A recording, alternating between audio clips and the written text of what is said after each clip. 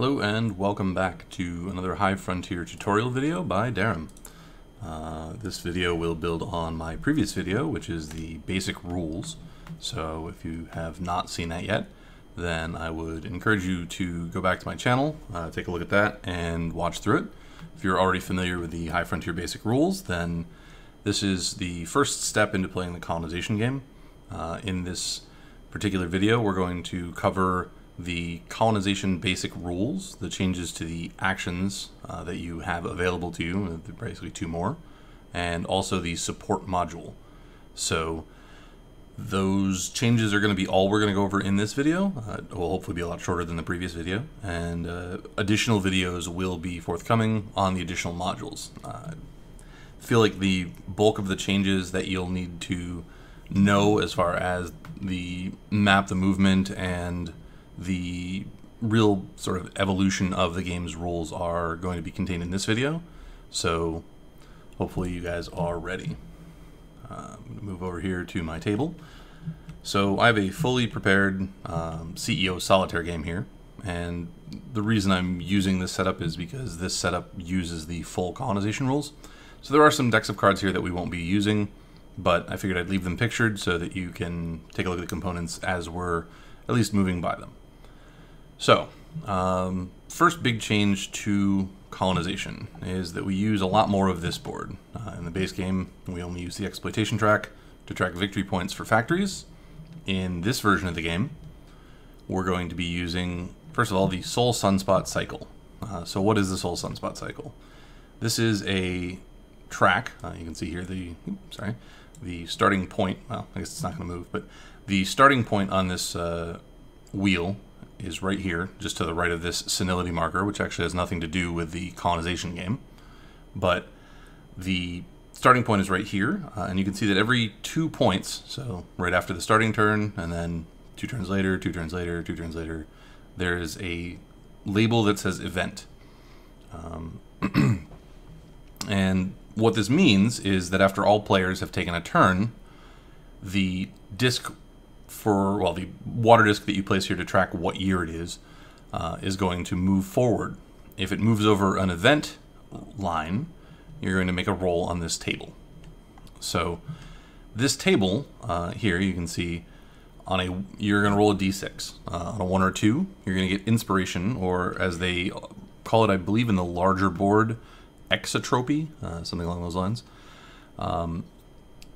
Basically, you're going to take the top card of each patent deck and put it on the bottom. That's all it is. It's just a way for cards to cycle, and it's going to make it so that you see more cards throughout the course of the game. On a 3, you're going to get a glitch. And a glitch, for purposes of this video, you're going to decommission the heaviest card, not co-located with a cube, so not in a factory and not in a freighter, not with a human, which would be your crew, and not with a Bernal, which is another module that we're going to talk about in a future video. So if multiple cards are equally heavy, choose one. Typically this happens if you are flying a rocket with no humans. So in the colonization game, a lot of times people will bring their crew, even though it's extra mass, just to prevent a glitch.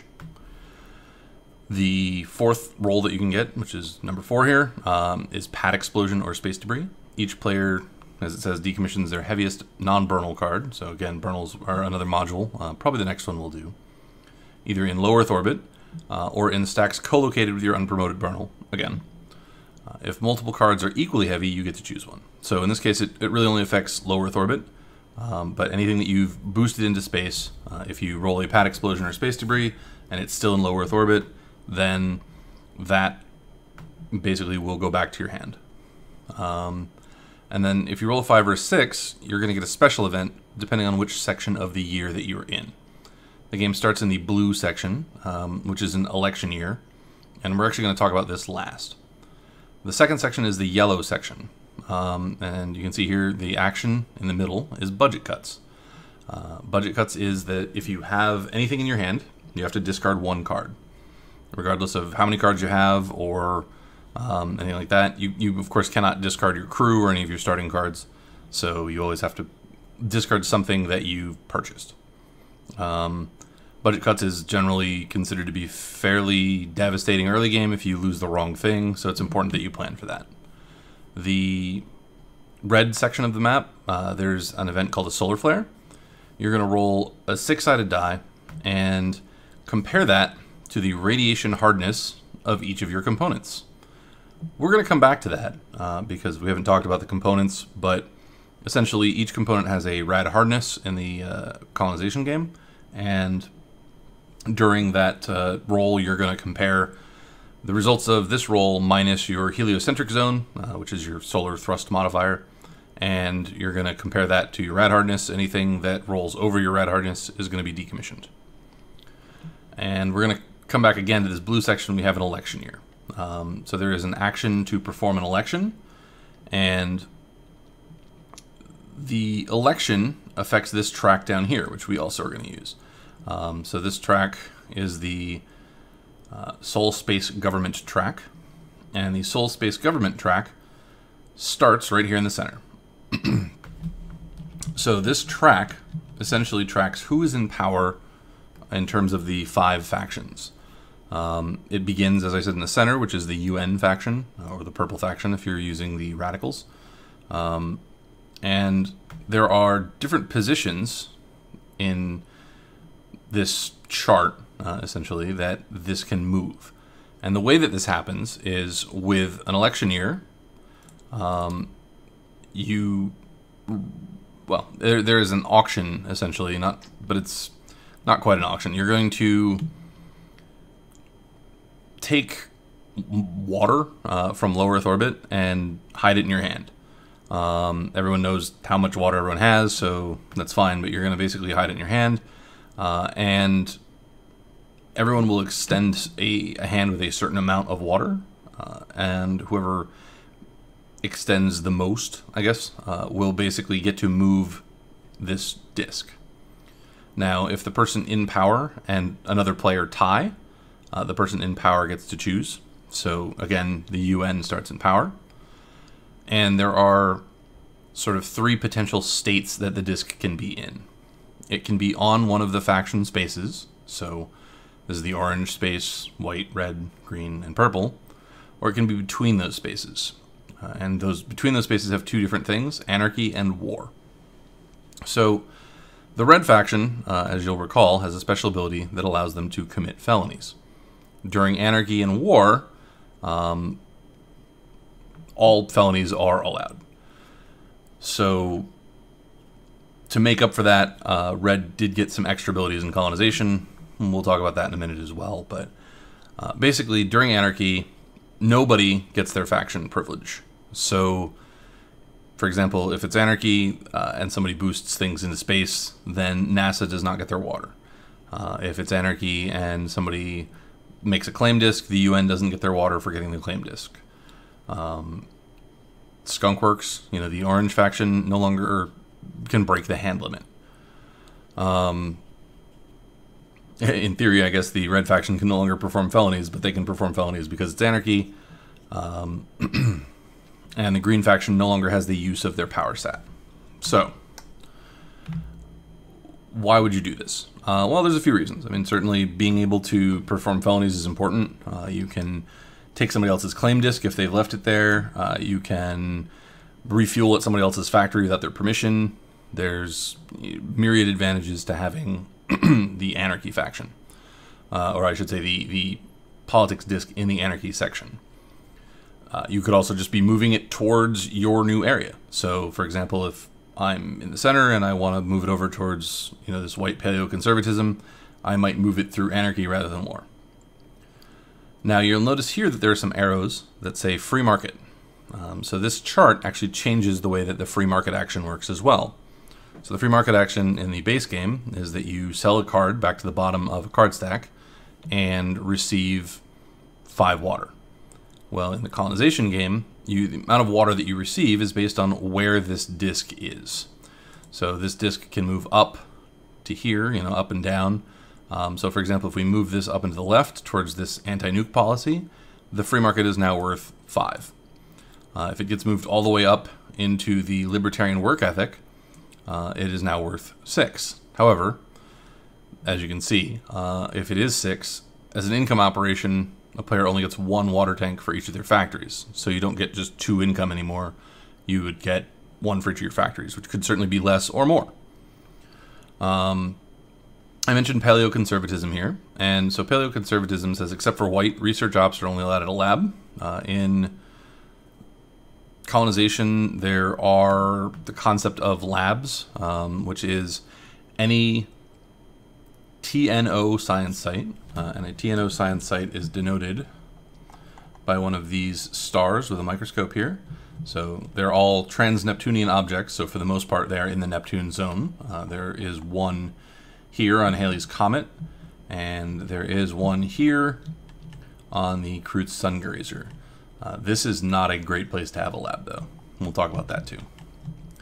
So we'll come back here. Down at the bottom of the white track here, so in the 3 water tank area, is nationalism. So if the disc is here, no one can take income except for the white player. Anti-nuke, which is up here, is the green faction, says no player may boost or free market reactors or cards with onboard nuclear power. So these are definitely some concepts that you're not going to be familiar with until we talk about the support module, which we'll do in a little bit in this video. But know that this basically prevents people from making new rockets a lot of times. Down here, egalitarianism says as an income op, you can take 2 water from any player who's richer than you. So as opposed to nationalism, where only white is allowed income, egalitarianism allows you to just sort of steal from the leader. And down at the bottom, authoritarian command structure. Press gangs says they may hostile recruit colonists regardless of loyalty. So the red faction's sort of politic ability here only applies if you're using the colony module, or the colonist module, I should say, which again will be covered in a subsequent future video. So let's go ahead and talk about a couple of new actions that are available. These are technically classed as finance operations, which again will be relevant in the colonist module, but for the purposes of just playing with the support module, then it just is a regular action still. So there are 2 new actions that you can take are activism and elections and antitrust. So activism and elections is the same action that you take for the solar chart over here in the blue section. It allows you to create an election to move this disk around, and again, everyone can bid and spend water. This action can only be taken during the blue cycle. So this is sort of the political election cycle, and then throughout these other years, there's just no other politics. The second action that you can take is the antitrust action.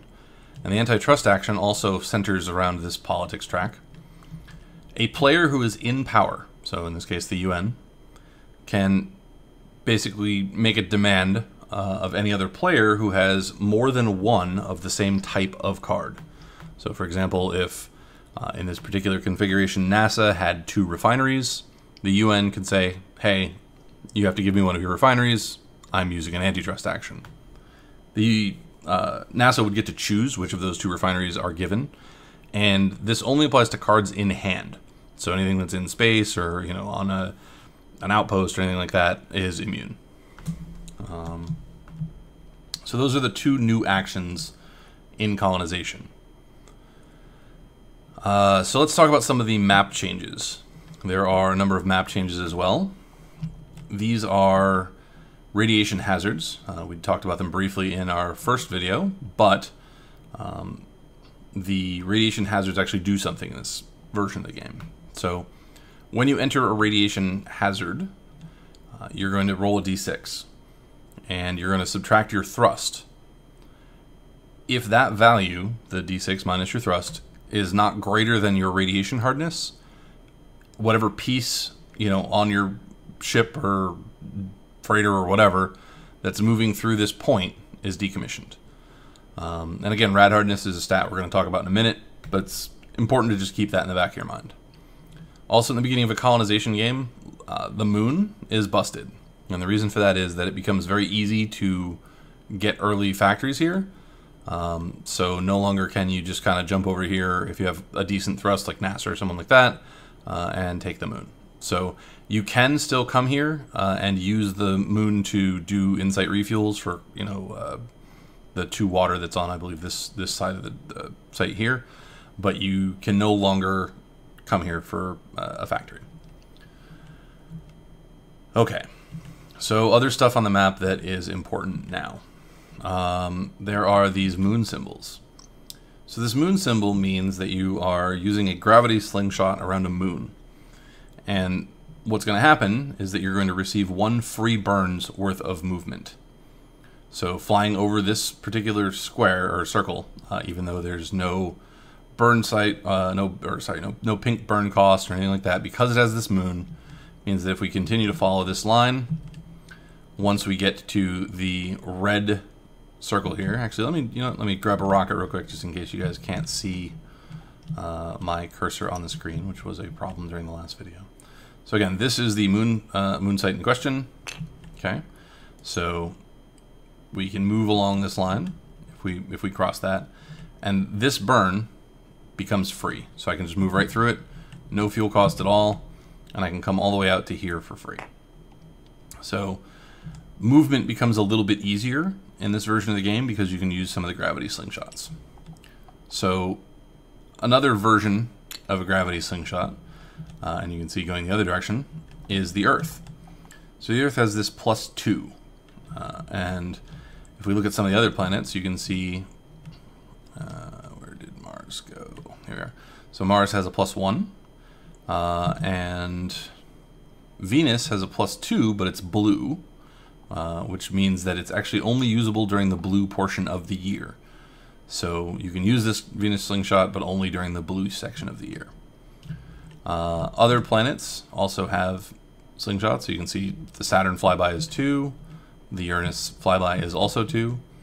The Jupiter flyby is 4. And this is huge. It makes a lot of travel towards the outer solar system a little bit more viable. The Neptune flyby is 2. I believe there are none out here. Pluto is not large enough to supply a flyby. So those are most of them. Mercury also has 1 here. And there's one other flyby. I'm going to spin the board around here. This is the Solar Oberth flyby. Now, it is difficult to get here. You can see, even if you start at low Earth orbit, right, you come here, and that's 1 burn, 2 burns. You can come here for free. You can come here, and if you want to make the turn, it costs you 2. You go through a radiation hazard, and then you go through 1, 2 more burns. Then you reach this point, and I don't know if you can see here, but this says +T. This gives you an additional thrust equal to your thrust. And if you are afterburning to gain the additional thrust, you get the additional +1. If you were to pass through this point a second time, you do not gain any additional thrust. It is theoretically possible using some of the higher powered thrusters to get enough movement points that it would be very easy to slingshot around the sun more than once. This is a hazard. The Solar Oberth flyby requires that you fly so close to the sun that you might crash into it and, die. So you probably would like to be prepared for that. If you're going to use this slingshot, you should be well prepared to pay the 4 water, since most likely you're trying to slingshot yourself well out into the outer solar system, and you probably will have a fairly heavy rocket. So, let's come back to our normal perspective here. That covers the changes to the map that are available in colonization, meaning the gravity slingshots and the radiation hazards. Now, I'd mentioned before that the solar cycle, you roll a radiation hazard. So, I'm sorry, during the red solar cycle, you can roll a solar flare. And a solar flare is essentially the same thing as a radiation hazard, except that you're not moving. It should also be mentioned that during the red cycle, all of these radiation hazards that you see, here on the map, so all of these radiation hazards are at +2 during the red solar cycle. And again, all of this information is documented on the board, which is very convenient. So you can see here, +2 to all radiation belts and solar flare. So radiation level equals 1d6 plus zone thrust modifier. And the zone thrust modifier is actually renamed heliocentric zone, but it's referring to this. So if you are in this region here, the Mercury region, and you encounter a solar flare, it's at +2 strength. If you're here in the Venus region, it's +1 strength. If you're out here in the Earth region, it's just normal, and it gets weaker as you go out. So solar flares are legitimately no threat at all in the Neptune region, because there's no way that a D6 can ever be more than 6. So that, I believe, covers that. So the next thing we should probably talk about is the support module. Now, the support module is mandatory when you're playing with the colonization rules, and this is the bare minimum set of things that you would need to play with to make this rule set work. This bottom row of cards is all pretty much ignorable. This is the freighter module, the gigawatt thruster module, and the colony module, so we won't be talking about those at all right now. This middle row is pretty much the meat of what we're going to be talking about, and this is the generator, reactor, and radiator stacks. They are used as a support for the Robonauts, refineries, and thrusters that we went over in the last video. So what are supports exactly? So in the colonization game, we're going to be using the red side, so the red box mass and the red box rad hardness, which we talked about before, of each card. So for example, this Robonaut here has an ISRU of 4, still buggy, but it has a mass of 0 instead of 3. It has a rad hardness of 5, so it's very hardy to radiation, and it requires an E generator. And you can see that because it's right here in this gray box. E generator, or generator with an E. So what does E mean? E means electrical, so it requires an electrical generator. There are 2 types of generators. Oops, sorry about that. So let's see here. Can I find something real quick that uses the other type of generator?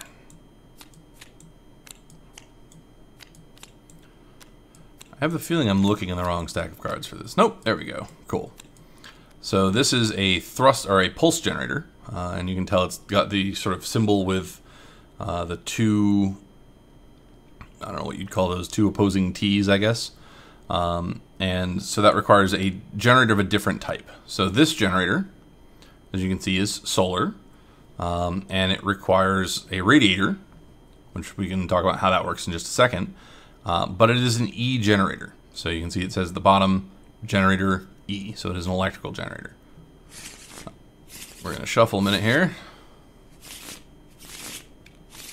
There we are. So you can see that this generator, on the other hand, is a pulse generator, but it is also an electric generator. This does both. So this has both symbols. It has the E and the pulse symbol, so it can provide both E and pulse generation. So what does that mean? Well, it means that for anything to function, so this Robonaut right here has a mass of 2 and a rad hardness of 4. However, if you have it, it is non-functional until you also have a generator and enough cooling from a radiator to cool it properly. So what does it mean if it's non-functional? Well, it means that you can't prospect with it. It means that you can't industrialize with it.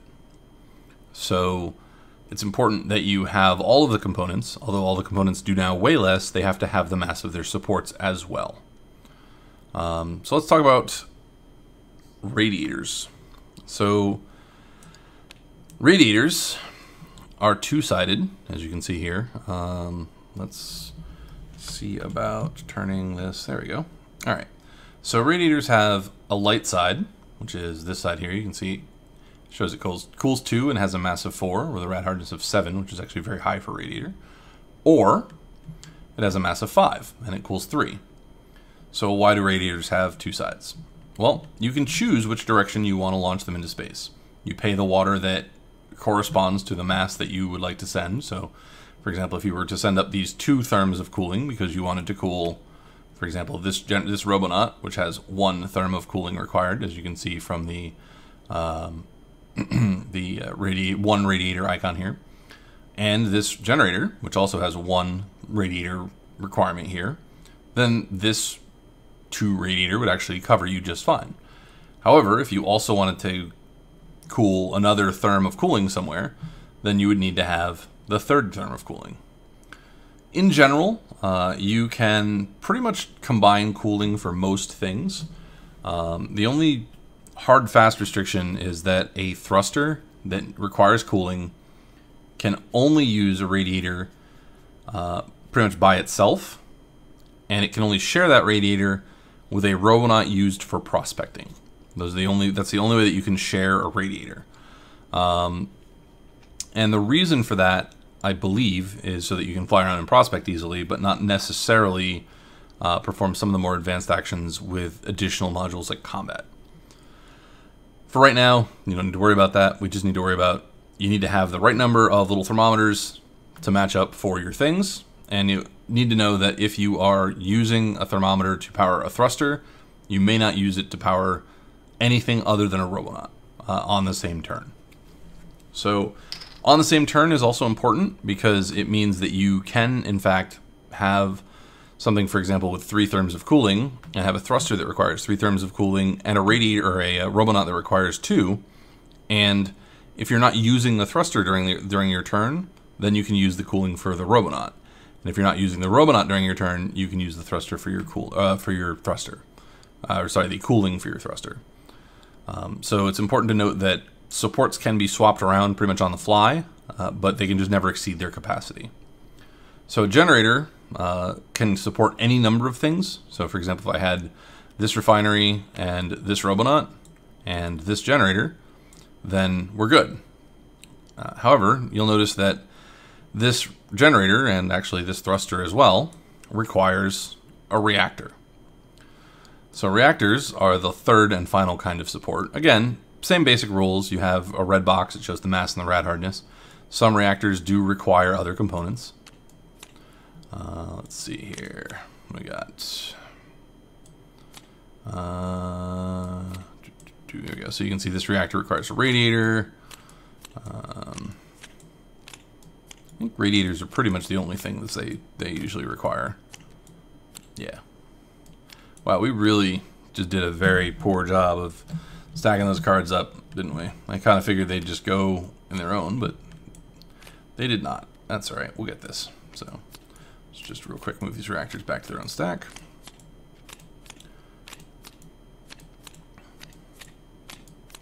All right. So what do we do? Because, I mean, obviously, we have all these cards. We still have a hand limit of 3 in terms of auctioning, so that's kind of crazy. And more importantly than that, it would take forever to get all these cards. So there's a pretty simple rule that addresses that, and that's that when you auction, or when you research, I should say, the research action, and you put something up for auction, anything that has supports comes with those supports. So if I was to auction for this Robonaut, I would also be auctioning for this reactor on top and this radiator on top. Now, it's irrelevant whether this reactor is compatible. So, for example, if I have this has an N reactor, which stands for neutron. This requires a burst reactor, which is the bomb symbol over here. So, even though these 2 things are incompatible, I still get both. The radiators generally are just radiators, and they're going to be compatible no matter what. But additionally, things like generators, you're not guaranteed. If something requires a pulse generator, you're not guaranteed a pulse generator. You just get the top generator. So it's easier to get cards, and it's easier to get hand jammed. It's very important to note that once you have 3 cards, again, you still can't auction. But you can free market any and all of them on subsequent turns. So it's also a lot easier to make money and continue to be able to auction for things. All of the support components also have letters, just like in the basic components, telling you where they can be produced extraterrestrially.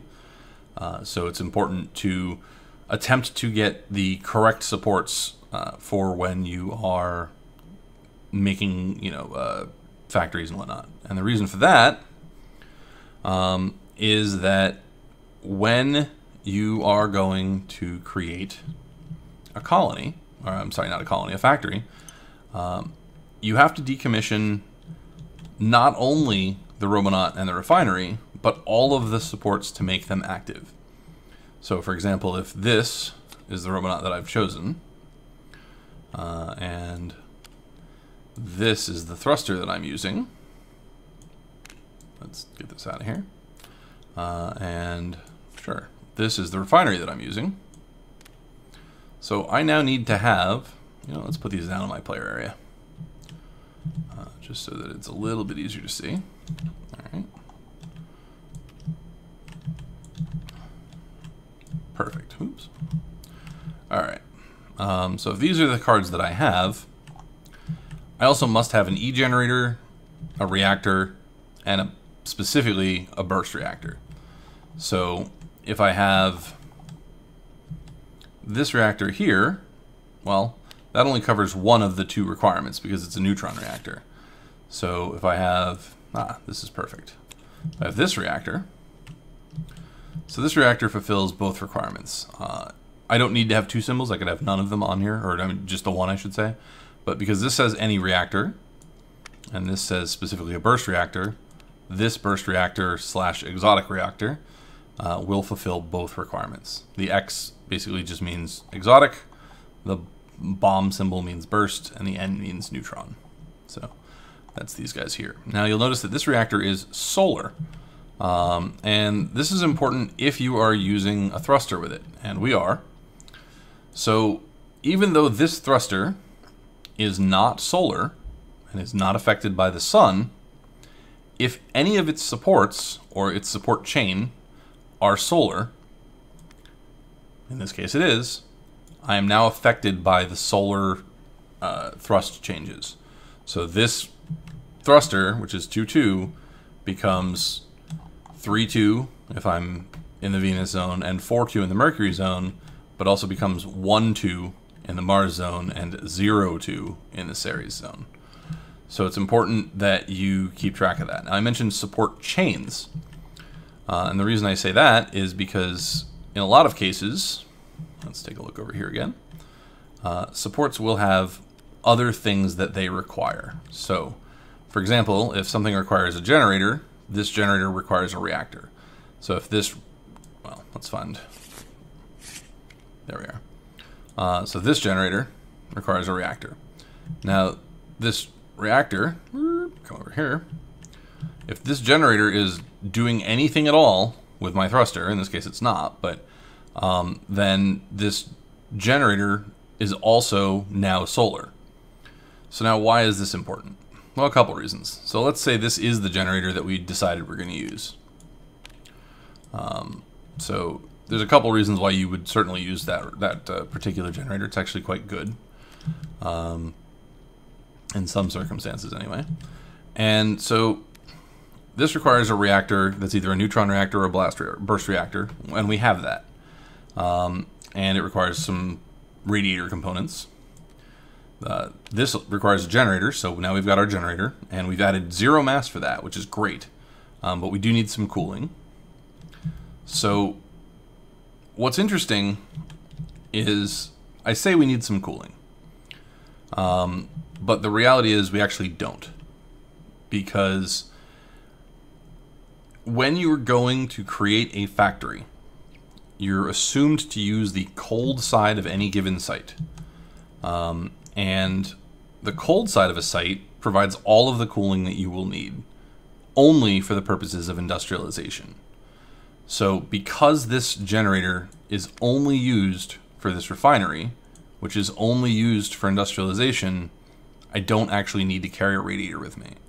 So this is huge because this rocket right here is only mass 6.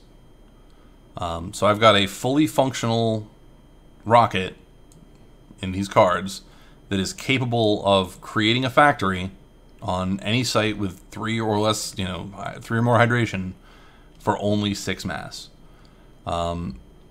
looking at only the refinery, the thruster, and the robonaut, in the base game, this would be 9 mass.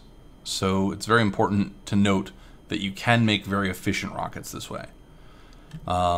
If we wanted this radiator for something else, you know, we could go get a radiator. However, so this reactor is now solar. And, you know, we could theoretically use the thruster here, this guy, to just get out a little bit further, and then maybe use this guy's thruster because the Mosquito has the 10-8. Or we could use this to land on, you know, Mercury because it's got an afterburn, something along those lines. There's ways we can go about doing this. However,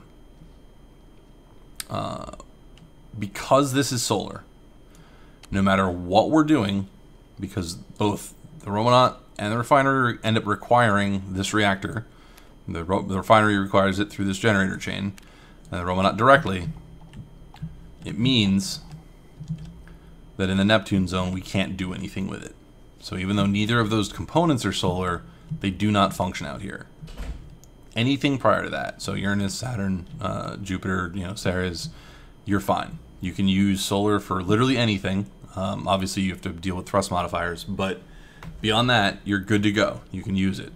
But once you're in the Neptune zone, you just cannot use it at all, and that can prevent you from doing a lot of things. And it's very important to keep an eye on your support chains, because if you, well, first of all, if you make it out there with a solar support and that solar support wasn't valid, then there's a lot of rewinding to do, and it's very difficult.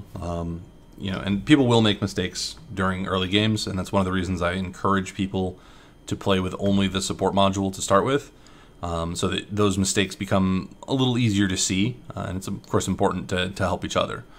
But so that's the big sort of gotcha as far as supports, is that things can become solar that are not.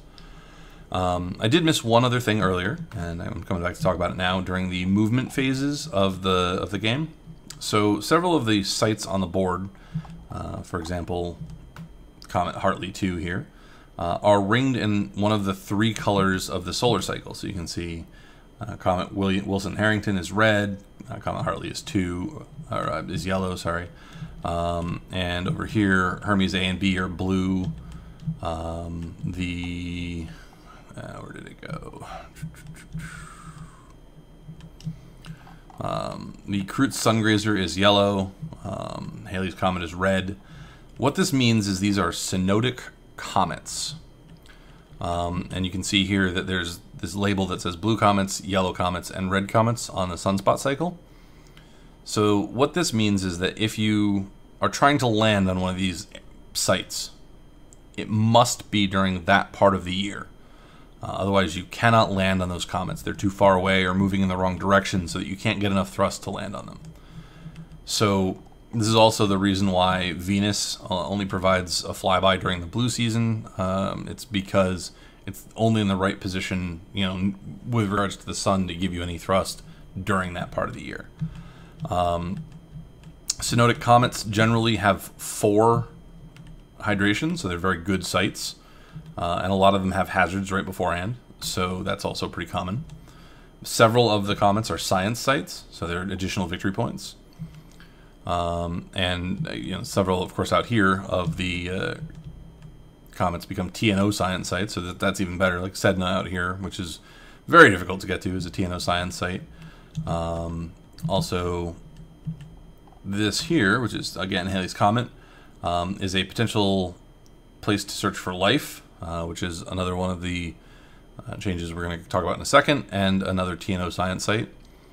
So TNO science sites are very good. They're worth 4 victory points. I believe I don't know if I talked about that during the base game or not, but they are excellent for that. They also, anything that is on them becomes a lab for purposes of some future explanations. And that's about it with that. So the other thing that I should talk about, just coming back to supports, is that there are supports that modify thrust without solar. So for example, this reactor, if you're using it, says -3 thrust. Again, this is only if you're using it to support a thruster or a robonaut with a thruster, you know, so if it's in that support chain. But there are also some positive modifiers. So here, for example, now this says it can't be used to industrialize or to support a gigawatt or terawatt rocket. However, It's a reactor that doubles your fuel consumption and adds 4 to your thrust.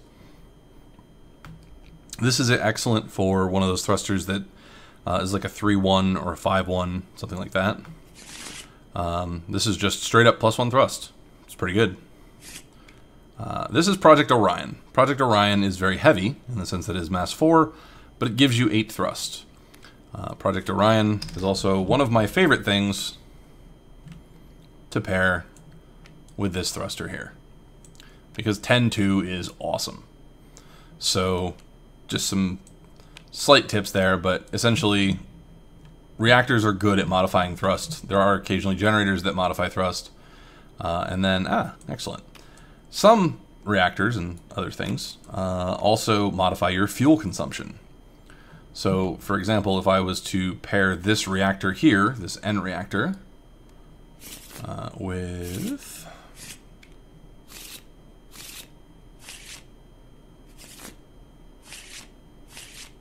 here we are, this thruster, you would see that this would become 7-2, which is also pretty darn good.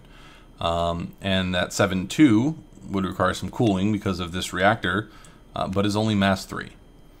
So again, thrusters that you may have thought were not great during the base game can become incredibly good due to the addition of the support module.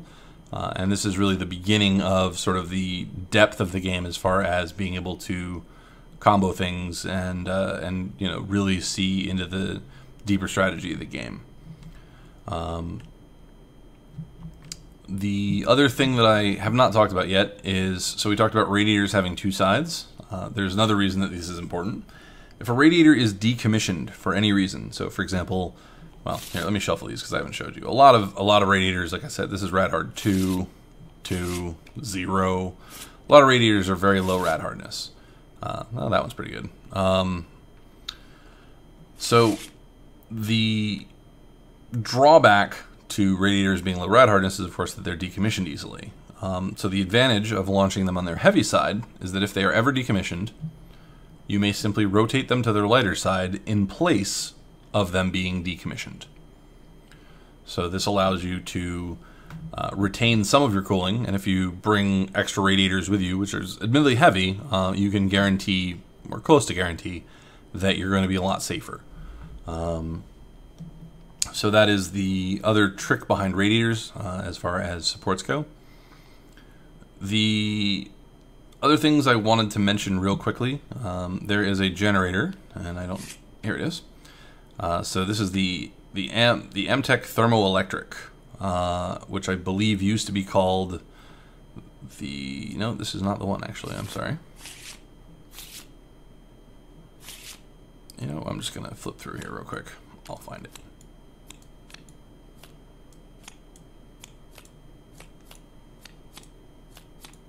Here it is. So the Marx capacitor bank. So this is a generator that weighs 1 and basically converts an electric generator to a pulse generator. That's all it does. So I mentioned that when you take one of these cards, you get a support that goes with it. So in this case, you actually get 2 generators. You get this generator and the one below it. So you do, of course, get to see the one below it beforehand. So you can pull this and realize, oh, well, I would have this other MTech Thermoelectric because it's right underneath. But you do, in fact, get 2 generators when you do this. The other sort of specific support card that I wanted to talk about was probably on the bottom. Nope, here we are. This guy here. So this is a radiator that requires a generator. And what's special about this is you can see here, this says this card can cool its own supports. So what this means is that if you attach a generator to this radiator that requires cooling, it can cool those components.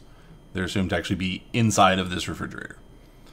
It of course eats up some of the cooling that you would get from this. However, the cooling components, or like, so the components of this radiator that you are cooling cannot be shared with any other component. So if you're cooling a generator that's powering this radiator, that generator cannot, and that generator requires cooling. That generator cannot power a thruster or robonaut or anything else on the same turn. It's sort of an easily missed rule, and I know it seems very specific, but I'd prefer for you guys to avoid any potential pitfalls or questions with regard to the game. So, now that we've gone over all of that, we're going to come all the way over here to Glories and Ventures. So, these are unchanged for right now. However, there's a module called the Endgame module, which is going to provide you with advanced versions of these cards. And the side here is the advanced version. So, for example, this was the basic version, which says, hey, land on Mars and return safely, and that's still the version you're going to use. But I mentioned the search for ET life, and so this is just sort of a glimpse into one of the future modules we're going to talk about, where you can see you're actually getting 4 victory points instead of 3, and the things that are required are actually a little bit harder. So I thought it would be fun to show you guys that. And I think that's it. I'm going to go ahead and end here. I know we didn't do too much in the way of actual moving on the map or anything like that. I hope that was covered well in the first video. If you guys have any questions, please feel free to post them in the comments below. And of course, if I've made any mistakes, please point them out, and I will happily annotate the video or maybe publish a correction or whatever it takes. So hopefully, again, you've enjoyed this, and we will be back hopefully sooner than this next time for another video to explain additional modules. The next module I think we're going to talk about is going to be the Bernal module, and we'll also, during that module, talk about colonists and the colony module. So until then, keep playing High Frontier, and we'll see you soon.